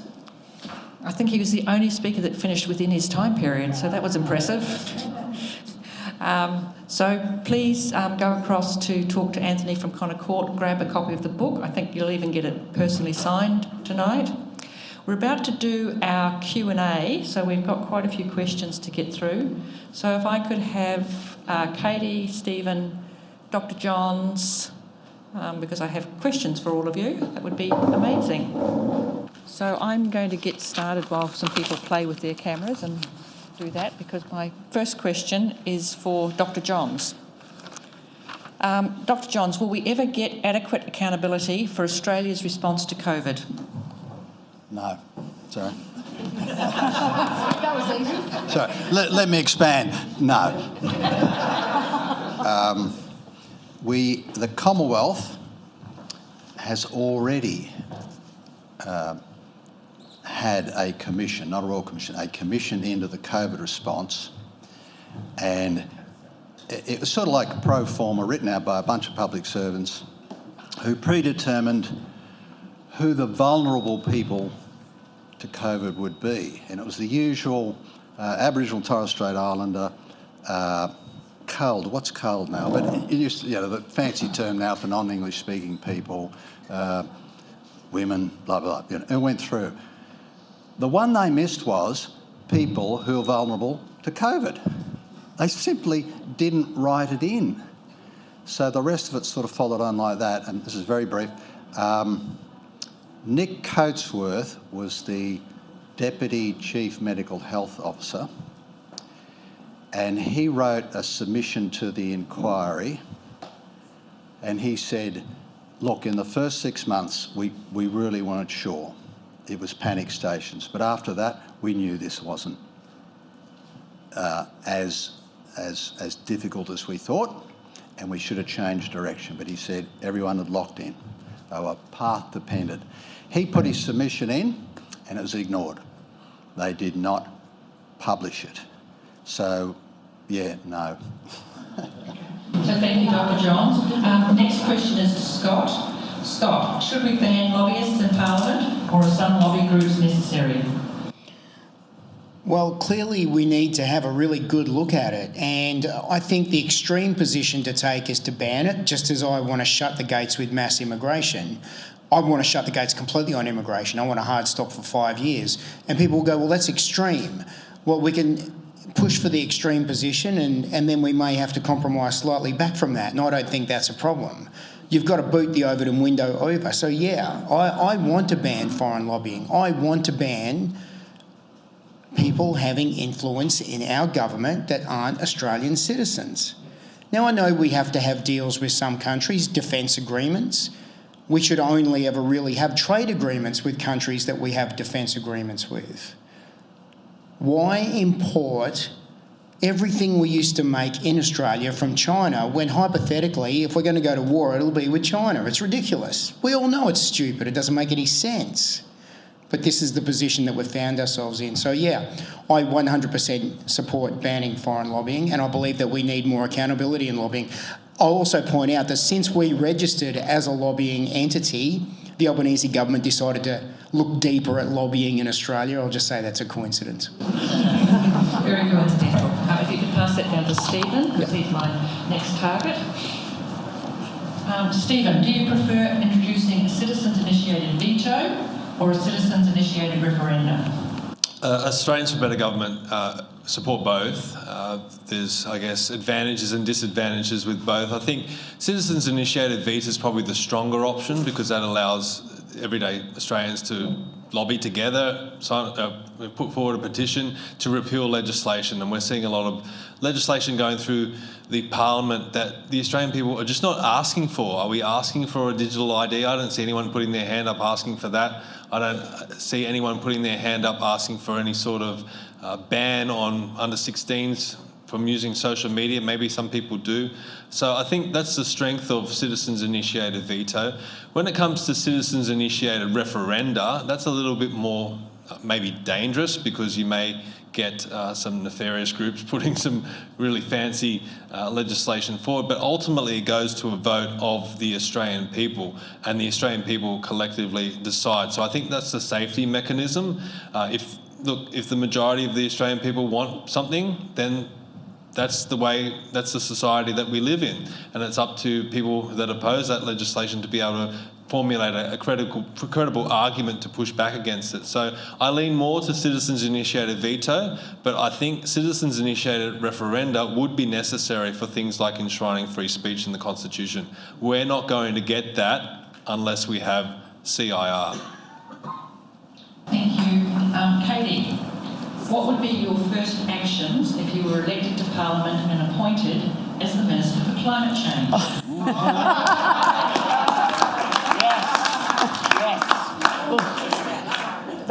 That's quite easy, but it comes at the top of a list of a whole heap of things that I would like to do. But I would immediately tear up net zero and remove us from the Paris Agreement and tell the United Nations where to go. But I would like to add to that the next priority for me would be to change the way our kids are educated in schools. They are being forced to think that they should be guilty.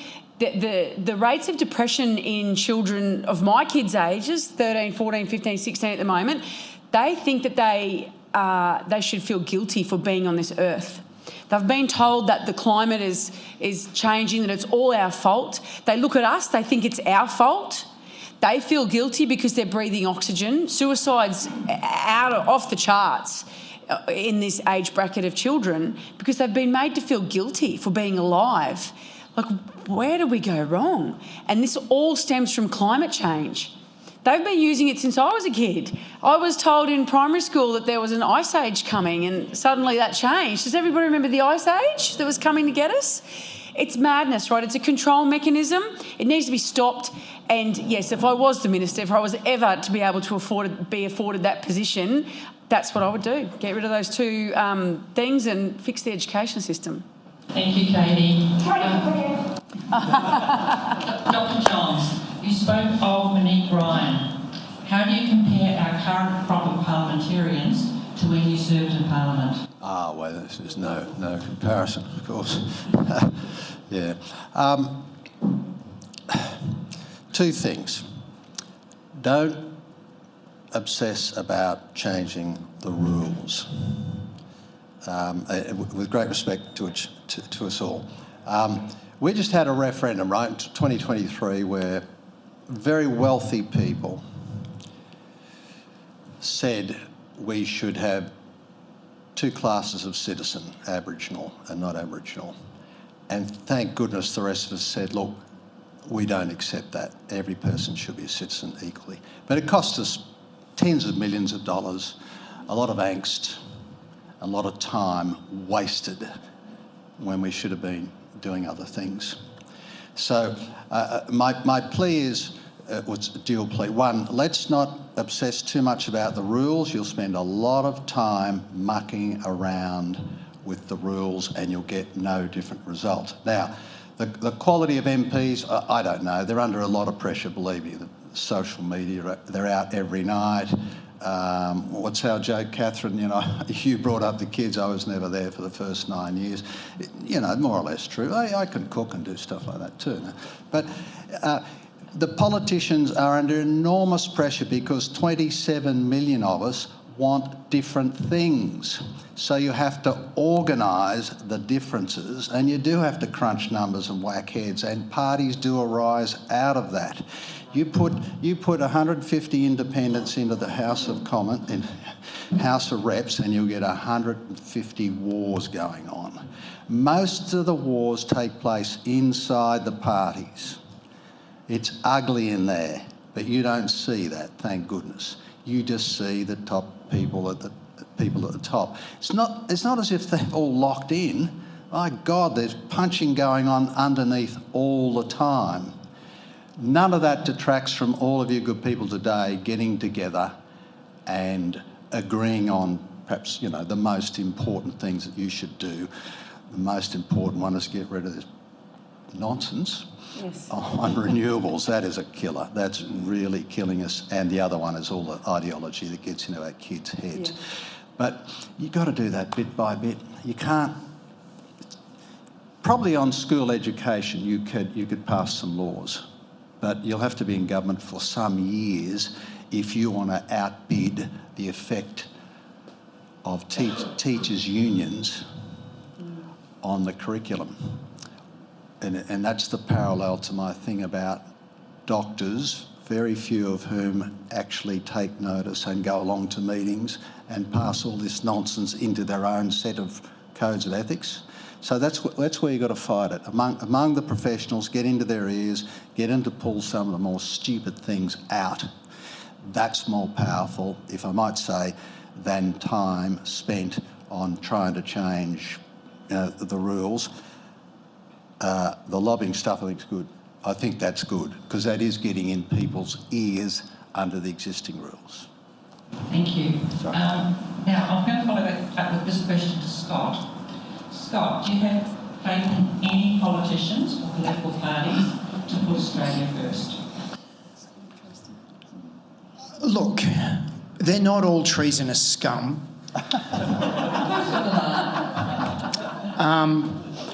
But as I said before, this is the best paid job that many of them will ever have.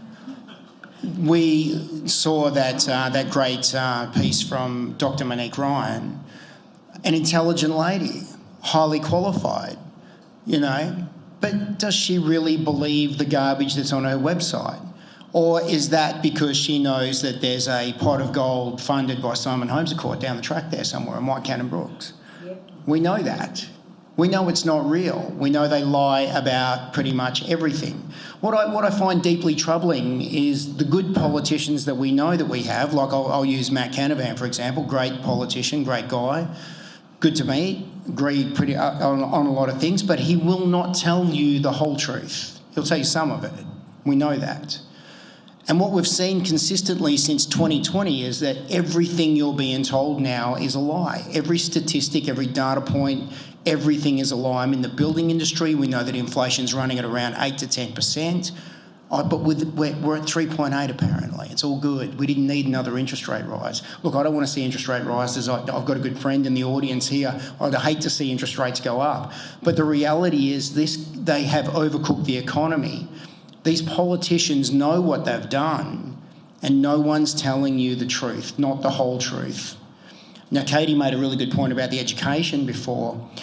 I would love to see the Australia First Patriots that we get elected band together from whatever party they are, whatever allegiance they are, whatever colour they wear, and demand in the first 100 days of whatever the government is, if we have control, if we have the balance of power, that we unwind a lot of shit quickly. And everyone goes, the good doctor here said that it would take time and years. Well, I disagree with that.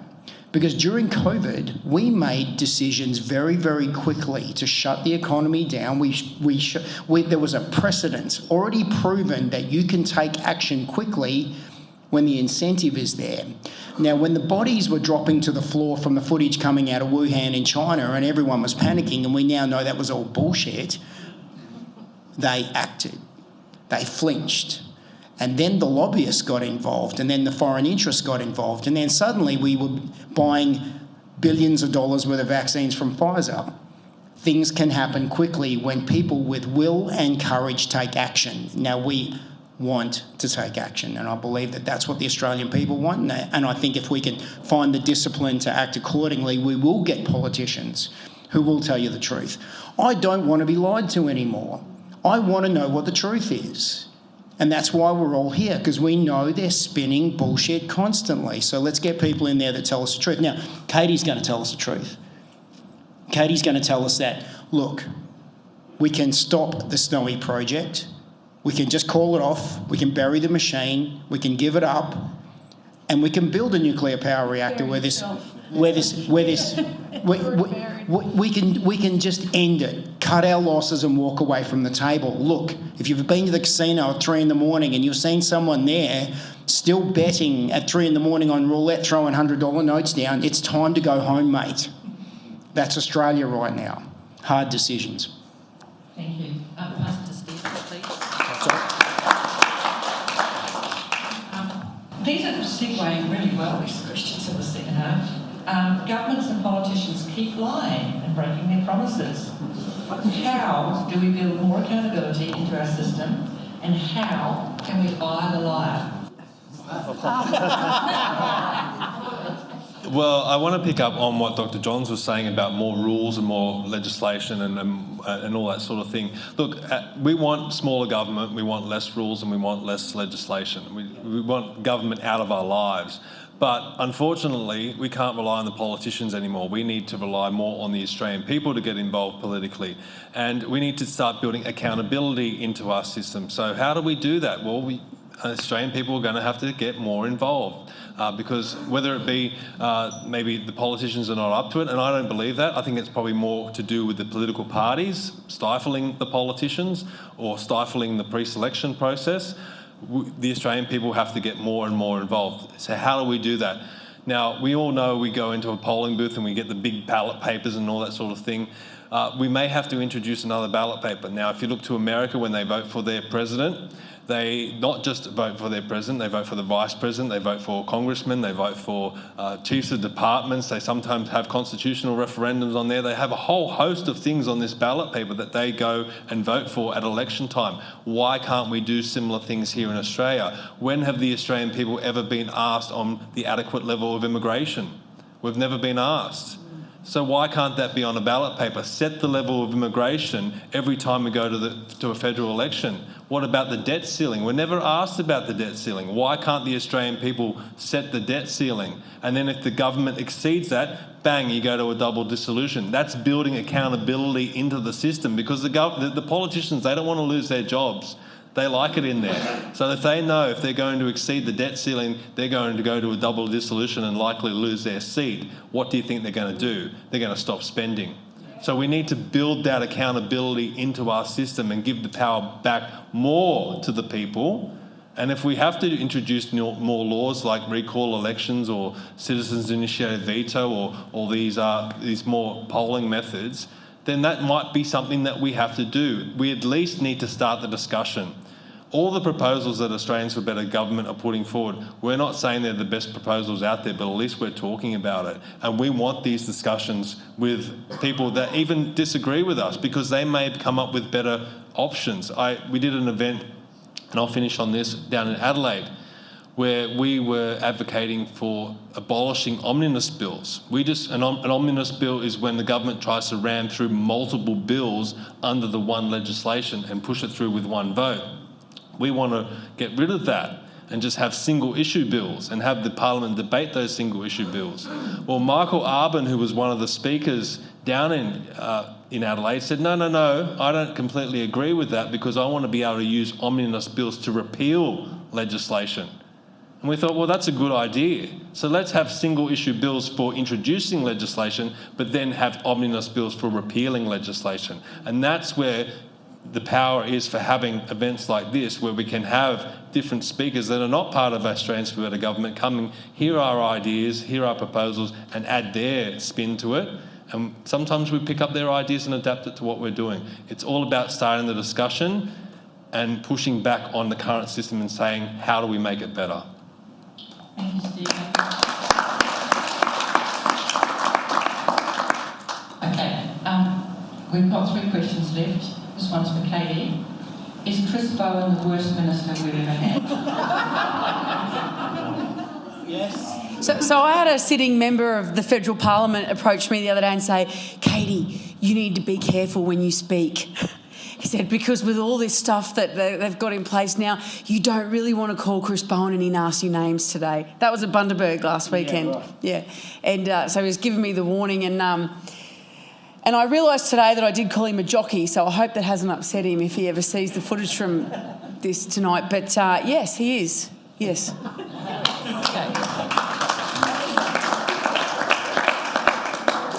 So the next question we have is one that I'm going to take off the table and answer myself. It's what will be done to make the complete constitutional system lawful? And it's talking about the difference between lawful and legal. We can't do anything till we get people into positions where we can do something. And that's not just the politicians, that's also the public servants, or public servants you might have heard them called. And in order to do that, we need to get what I call middle mainstream Australia on board. So that's a debate for down the track. It's not one until we get to somewhere where we can change things. Until we can change things, there's no point going on about what's right and what's wrong, because half the population can't even hear that argument and completely turn off. We have to start with how do we get people into positions where we can start to make that change. The last question that we have is one for all of our speakers, and it's in regard to the UN. And I'm going to start down your end, Scott, so you need to be organised. So what can we do to remove Australia from the United Nations? Just leave. Just leave. Stop paying the bill. Just walk out. It's as simple as that. You're in a bad contract. You walk away from the contract, and there's no reason to stay in it. Let's just do it. It just takes will and courage. It's not fit for purpose in the world that's unfolding right now. Like many institutions around the world and around the country, a lot of these agreements have signed us up to things that just don't work anymore. The UN is no different. I'll take our chances. We'll carry a big stick. We'll walk softly, and we'll be an independent country. On balance, I think we should leave. Yeah. I agree. It's that simple. And we need to get out of the Paris Agreement yesterday. So back to the ballot paper that I was talking about before, that we would be hopefully filling in every election period. One thing I did forget to mention, and thankfully this question has come up, the Australian people should be asked whether or not we should be a member of the United Nations. Put it to the Australian people, and that's generally what ABG's view is. It's not up to us to decide, it's not up to the politicians to decide, it's up to the Australian people to decide. And we have never, ever been asked on whether or not we should be a member of the United Nations, and I'm very interested to see what that result would be. And it should come up every election day or every election year. It should come up on the ballot paper, including all the other international treaties and groups that we're part of, whether it be the WHO or whatever it might be. And if people think that it's good to be part of the United Nations, then they should make those credible arguments and convince the Australian people of the reasons why we should be a member. But if not, then we leave.